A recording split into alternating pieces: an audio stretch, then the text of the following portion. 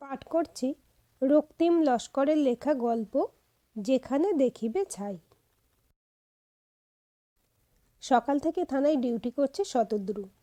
এমনিতে থানায় ডিউটি অফিসারের ঝামেলা কম নয়। সকাল থেকে একের পর এক লোক আসে নানা সমস্যা নিয়ে। কারো বাড়ি বা পাড়ায় ঝামেলা, দাম্পত্য অসন্তোষ, মদ খেয়ে ঝামেলা, পরকীয়া নিয়ে সমস্যা বা ছিঁচকে চুরির মতো নানা ঝামেলা নিয়ে লোকজন থানায় আসে। সেসব সামলাবার জন্য কনস্টেবল বলরামদা ও সিভিক পুলিশ চন্দন রয়েছে। কিন্তু সেসব কেসে মাথা ঘামাবার মতো কিছু নেই। সকাল থেকে থানায় বসে ডজন কাপ চা খাওয়া ও সিগারেটের ধোঁয়া ছাড়া তার বিশেষ কিছু করার নেই। এরকম বসে থেকে একটা সময় বিরক্ত হয়ে ওঠে তরুণ assistant sub inspector Satadru Sanyal. সন্ধ্যার ঠিক আগে মেজবাবু এসআই উজ্জ্বল চাকলাদারকে দেখা যায় হন্তদন্ত হয়ে থানায় ঢুকতে। ভদ্রলোক দেখতে বেশ মজাদার, একটু বেঁটে, মাথা জোড়া টাক, সামনে নোয়া পাতা ভুঁড়ি রয়েছে। তবে এতদিন থানায় চাকরি করলেও ভদ্রলোক বেশ রসিক। থানায় থাকলে তিনি আড্ডায় গল্পগুজবে সকলকে মাতিয়ে রাখেন।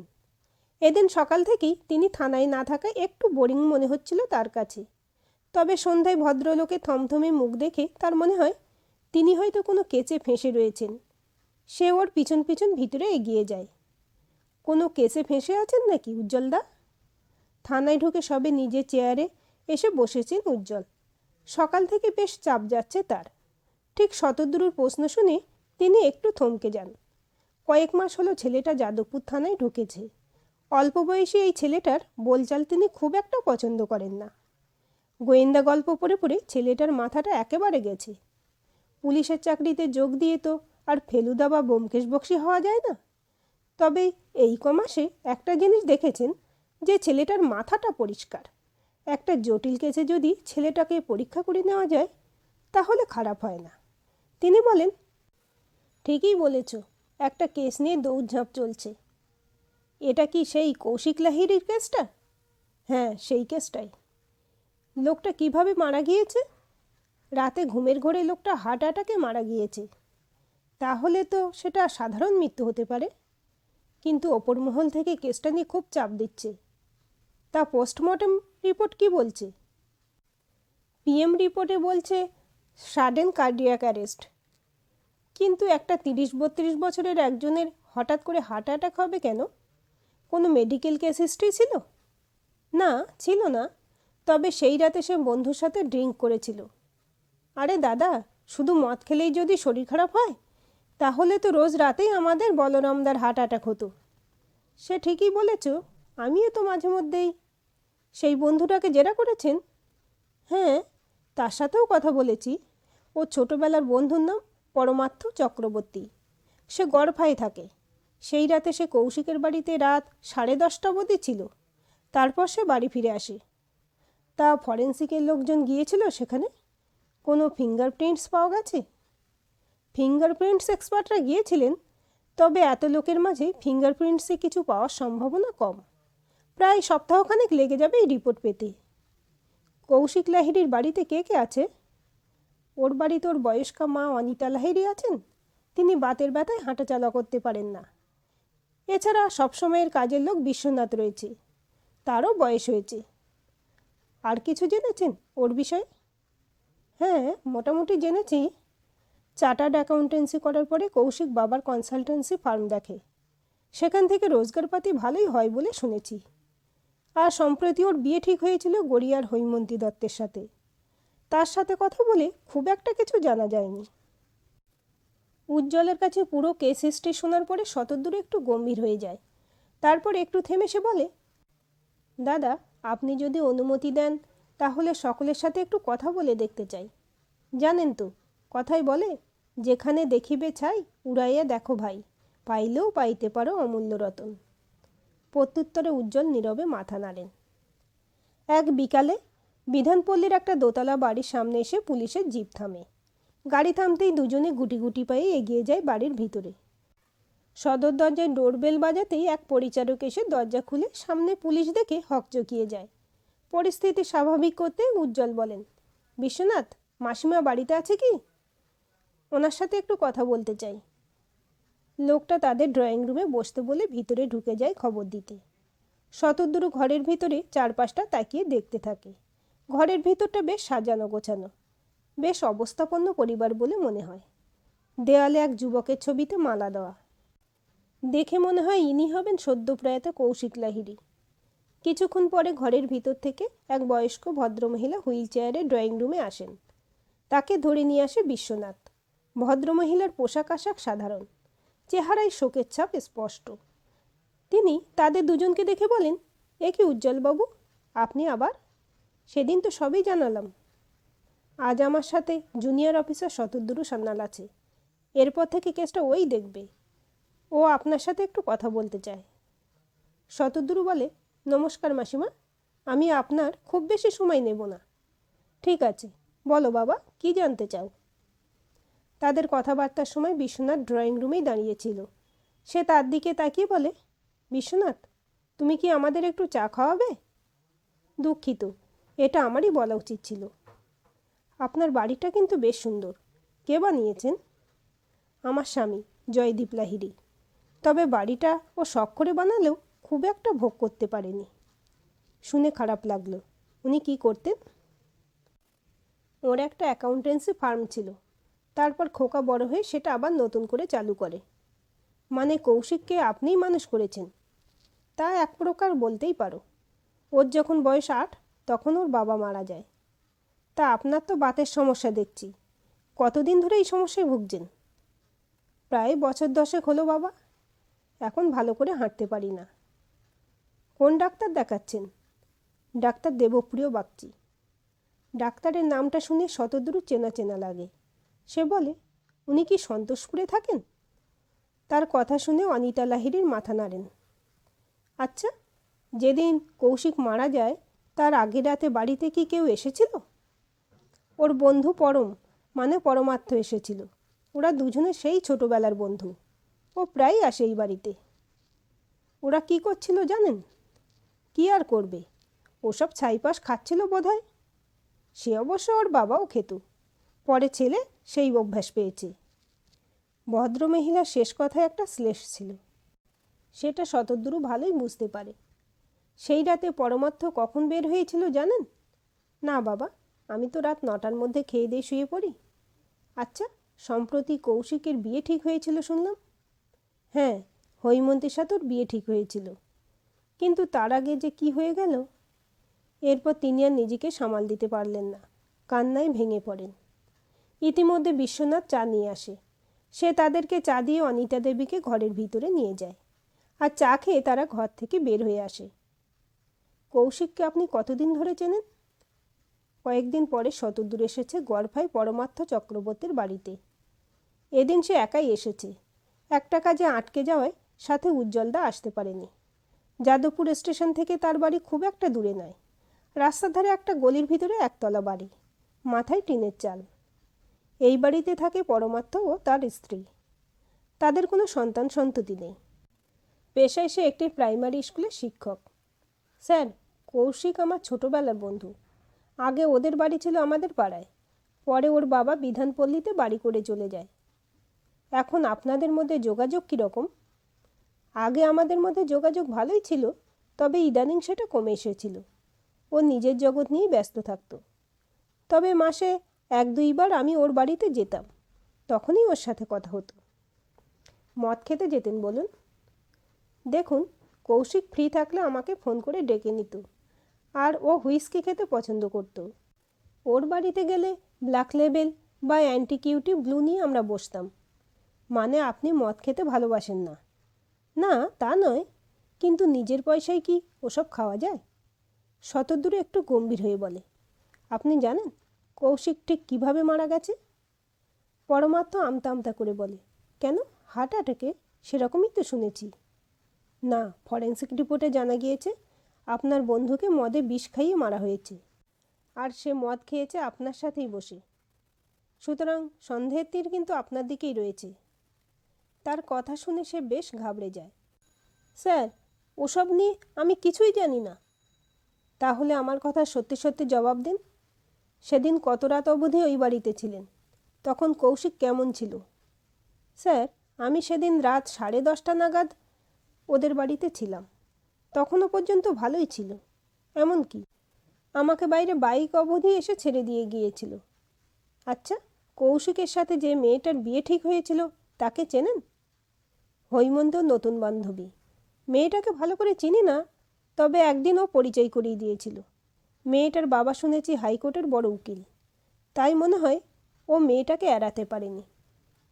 এবার শতদ্রুর অবাক হওয়ার পালা। সে একটু থেমে বলে, মানে কৌশিকের আরও বান্ধবী আছে নাকি? দেখুন, কৌশিক দেখতে ভালো ও পয়সাওয়ালা, তাই ওর জীবনে অনেক বান্ধবী ছিল। তার মধ্যে সঞ্চিতার সাথে অনেক দিনের ঘনিষ্ঠতা ছিল, কিন্তু তাকেও সে জীবন থেকে সরিয়ে দিয়েছে। সঞ্চিতাকে? ওর সাথে সম্পর্ক কিভাবে ভেঙে গেল? সঞ্চিতা আমাদের স্কুলের বন্ধু। বিজয়গড়ে ওর বাড়ি। খুব গরিব ঘরের মেয়ে। ওর সাথে কৌশিকের বিয়ের কথা চলছিল। ওর ঠিকানাটা আমাকে দেবেন তো? হ্যাঁ, দিচ্ছি স্যার। আপনি দয়া করে আমাকে বাঁচান। ভদ্রলোকের আকুতি মিনতিতে পাত্তা না দিয়ে শতদ্রু উঠে দাঁড়ায়। সে এখানে যা জানতে এসেছিল তা ততক্ষণে তার জানা হয়ে গেছে। দিনের বেলা পুলিশের জিপটা যখন বিজয়গড় কালীতলায় এসে পৌঁছায়, তখন সূর্য প্রায় মধ্যগগনে। এদিন তার সাথে রয়েছে কনস্টেবল বলরাম মাইতি। জিপ থেকে নেমে শতদ্রু চারপাশটা দেখতে থাকে। আশপাশে বেশিরভাগ বাড়ি একতলা, সামান্য কিছু দোতলা বাড়ি রয়েছে। রাস্তার ধারে কর্পোরেশন কলে লোকজন চান করছে। সে বোঝে এখানে মূলত মধ্যবিত্ত নিম্ন মধ্যবিত্ত লোকের বাস। রাস্তার মোড়ে একটা পানের দোকানে সে সঞ্চিতা পোদ্দারের বাড়ির ঠিকানা জিজ্ঞাসা করে। সেই কথা মতো তারা পৌঁছে যায় একটা একতলা বাড়ির সামনে। বাড়ির বাইরে কাউকে না দেখে বলরাম চেঁচিয়ে ডাকে, সঞ্চিতা আছে? কিছুক্ষণের মধ্যে বাড়ির দরজা খুলে যায়। ভেতর থেকে একটা মেয়ে বের হয়ে আসে। মেয়েটার পরনে চুড়িদার, মাথার চুলগুলো এলোমেলো। এছাড়া মেয়েটার চেহারায় অসুস্থতার ছাপ স্পষ্ট।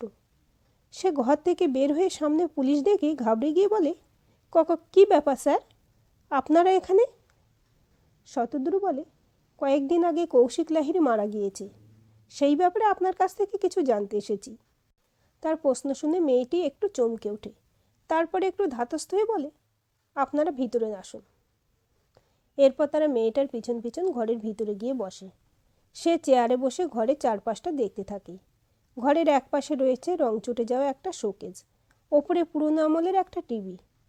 ঘরের ভেতরটা বেশ অগোছালো, সংসারে অভাবের ছাপ স্পষ্ট। তাদের বসিয়ে রেখে মেয়েটা ততক্ষণে বাড়ির ভিতরে চলে গিয়েছে। কিছুক্ষণ পরে ভিতরের ঘর থেকে একজন বয়স্কা মহিলা বের হয়ে আসেন। তাদের দিকে তাকিয়ে তিনি বলেন, বলুন, আপনারা আমার মেয়ের কাছে কি জানতে এসেছেন? সম্প্রতি কৌশিক লাহিড়ী মারা গিয়েছে। শুনেছি ও একসময় আপনার মেয়ের বন্ধু ছিল, সেই ব্যাপারে একটু জানতে চাই। বন্ধু না ছাই, হতচ্ছাড়াটা মারা গিয়েছে, ভালোই হয়েছে। যেমন কর্ম তেমন ফল। এরকম বলছেন কেন? কি হয়েছিল একটু খুলে বলবেন? খুলে বলার আর কি আছে, তাও যদি একটু বিশদে বলেন তো ভালো হয়। দিনের পর দিন আমার মেয়ের সাথে ঘোরাফেরা করে ও সর্বনাশ করেছে ওই হারামজাদা। এমনকি মেয়ের পেটে বাচ্চা ঢুকিয়ে শেষ পর্যন্ত অ্যাবর্শন পর্যন্ত করিয়ে ছেড়েছে শয়তানটা। তারপর বিয়ে না করে ছেড়ে দিয়েছে। এরপর এই মেয়েকে নিয়ে আমি কি করি বলুন তো, বলে কাঁদতে শুরু করেন ভদ্রমহিলা। আমি সত্যিই খুব দুঃখিত, আর কিছু জানার নেই আমার। এই পরিস্থিতিতে শতদ্রু সেখানে বসে থাকা সমীচীন বলে মনে করে না। সে দ্রুত ঘর থেকে বের হয়ে আসে। গাড়িতে বসে বলরাম বলে, কি বুঝলেন স্যার? সে গম্ভীর স্বরে জবাব দেয়, যেখানে দেখিবে চাই। এক বিকেলে বলরামদাকে সাথে নিয়ে শতদ্রু এসেছে গড়িয়ায়। মহামায়াতলা একটা দোতলা বাড়ির সামনে পুলিশের জিপ এসে দাঁড়ায়। গাড়ি থামতেই সে গেট খুলে সোজা ঢুকে পড়ে বাড়ির ভিতরে। ডোরবেল বাজাতে একজন কাজের লোক এসে দরজা খোলে। তারপর বাইরে পুলিশ দেখে সে একটু থতমত খেয়ে বলে, কাকে চাই স্যার? অ্যাডভোকেট বেদান্ত দত্ত আছেন? না স্যার, এখন বাড়িতে নেই। তাহলে ওর মেয়ে হৈমন্তীকে একটু ডেকে দিন। আপনারা ঘরে এসে একটু বসুন, আমি হৈমন্তী ম্যাডামকে ডেকে দিচ্ছি। এরপর তারা ড্রয়িং রুমে এসে বসে। সে সোফায় বসে ঘরের চারপাশটা দেখতে থাকে। ঘরের জিনিসপত্র বেশ গোছানো, বেশ সচ্ছল পরিবার বলে মনে হয় তার। কিছুক্ষণের মধ্যে ভিতর থেকে একটা মেয়ে বের হয়ে আসে। তার পরনে লাল রঙের কুর্তা ও পায়জামা, মাথার চুল ছোট করে কাটা। মেয়েটার চেহারায় আধুনিকতার ছাপ স্পষ্ট। সামনে পুলিশ দেখে সে অবাক হয়ে বলে, কি ব্যাপার বলেন তো? সেদিন এক পুলিশ অফিসারের সাথে একবার তো কথা হলো। সে বলে, নমস্কার, আমি যাদবপুর থানার এএসআই শতদ্রু সান্যাল। বলুন, কি জানতে চান? আপনি তো জানেন কৌশিক লাহিড়ী মারা গেছে। হ্যাঁ, সেই ব্যাপারেই তো। হ্যাঁ, উজ্জ্বলদা এসেছিলেন। কৌশিকের বিষয়ে আপনি যদি কিছু বলেন। এখন কি আর বলবো, তবে ছেলেটা খারাপ ছিল না। আপনার সাথে তো ওর বিয়ে হওয়ার কথা ছিল। খবরটা শুনে খারাপ লাগছে না? হ্যাঁ, খারাপ তো লেগেছে, কিন্তু ও নেই বলে তো আর জীবন থেমে থাকবে না। ওর বন্ধুদের কাউকে চেনেন? হ্যাঁ, দু একজনের সাথে কৌশিক পরিচয় করিয়ে দিয়েছিল, কিন্তু ও যেরকম আনকালচার্ড বন্ধুদের সাথে মেলামেশা করতো, তাতে এরকম কিছু ঘটা অস্বাভাবিক নয়। আপনার কি মনে হয় ওর মৃত্যুটা স্বাভাবিক? আই ডোন্ট নো, সে তো আপনাদের কাজ, আপনারা ভালো করে জানবেন। আপনার কি কাউকে সন্দেহ হয়? না, হয় না। এই বিষয়ে কিছু জানতে হলে আপনারা বাপির সাথে কথা বলবেন। ধন্যবাদ আপনাকে। এরপর আর কথা না বাড়িয়ে তারা বাড়ি থেকে বের হয়ে আসে। পুলিশের চাকরিতে সে যাদের এড়িয়ে থাকতে চায় তারা হলো পুলিশ ও বিচারক। তাছাড়া মেয়েটার বাবার সাথে কথা বলে তার খুব একটা লাভ হবে বলে মনে হয় না। বাইরে বের হয়ে এসে সে বলে, মেয়েটা কীরকম বুঝলে বলরামদা? হবু স্বামীর মৃত্যুর কোনো ছাপ দেখতে পেলে? বলরাম জবাব দেয়, না স্যার। মাস দেড়েক পরে এক সন্ধ্যায় বিধানপল্লীতে প্রয়াত কৌশিক লাহিড়ীর বাড়ির সামনে একটা পুলিশের গাড়ি এসে থামে। তারপর কনস্টেবল বলরামদাকে নিয়ে শতদ্রু ঢুকে পড়ে বাড়ির ভিতরে। দরজা খুলে তাদের দেখে বিশ্বনাথ তাদেরকে ড্রয়িং রুমে নিয়ে বসায়। তারপর সে বাড়ির ভিতরে যায় অনিতা দেবীকে ডাকতে। মিনিট 10 পরে ভদ্রমহিলা হুইল চেয়ারে ঘরে এসে ঢোকেন। ঘরে ঢুকে তাদের দেখে তিনি বলেন, কি ব্যাপার, তোমরা আবার এখানে কেন? শুনলাম খোকার খুনি ধরা পড়েছে। সে জবাব দেয়, আপনি ঠিকই শুনেছেন মাসিমা।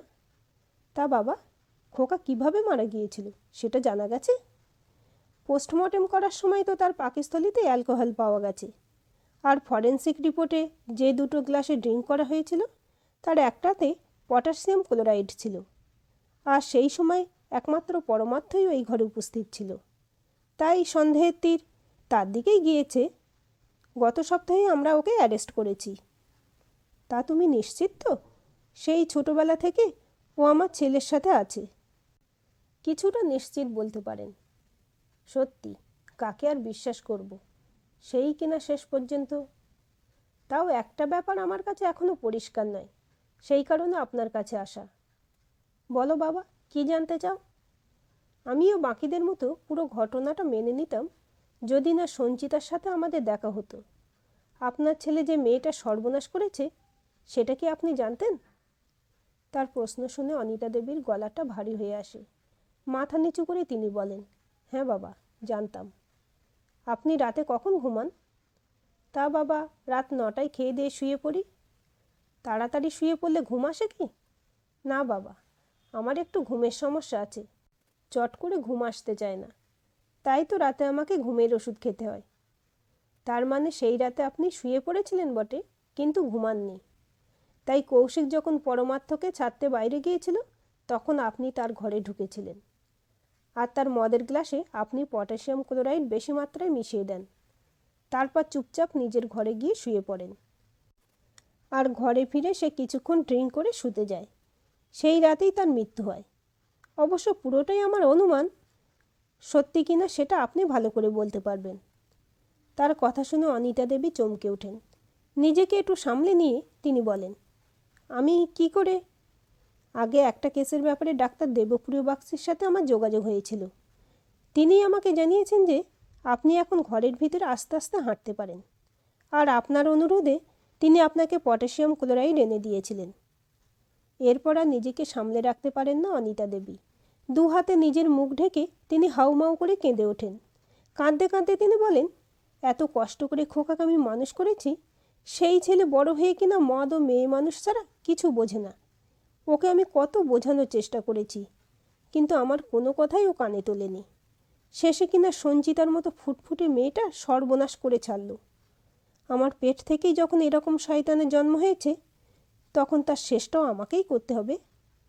আপনি আমাকে অ্যারেস্ট করে ফাঁসি দিন, সাথে নির্দোষ পরমার্থকে ছেড়ে দিন। বলরাম এতক্ষণ চুপচাপ দুজনের কথাবার্তা শুনছিল।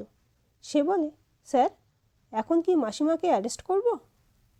রাত হয়ে গেছে দাদা, বাড়ি ফিরতে দেরি হলে আবার আমার মা রাগারাগি করবেন। অবাক হয়ে বলরাম বলে, স্যার, ওকে অ্যারেস্ট করবেন না? সকলেই জানে কৌশিক হার্ট অ্যাটাকে মারা গিয়েছে, তাহলে সেই ধারণাই থাকুক না। অপার বিস্ময়ে বলরাম ফ্যালফ্যাল করে তাকিয়ে থাকে এই তরুণ পুলিশ অফিসারের দিকে। সেই চেহারায় একটা জটিল কেস সমাধান করার কোনো আনন্দ নেই, বরং সমবেদনার ছাপ স্পষ্ট। এতদিন পুলিশে চাকরি করেও সে বোধহয় এখনও সেভাবে মানুষ চিনে উঠতে পারেনি। আজকের এই গল্পটি আপনাদের কেমন লাগলো কমেন্ট করে জানাবেন। ভালো লাগলে অবশ্যই একটা লাইক দেবেন আর চ্যানেলটি সাবস্ক্রাইব করে সাথে থাকবেন।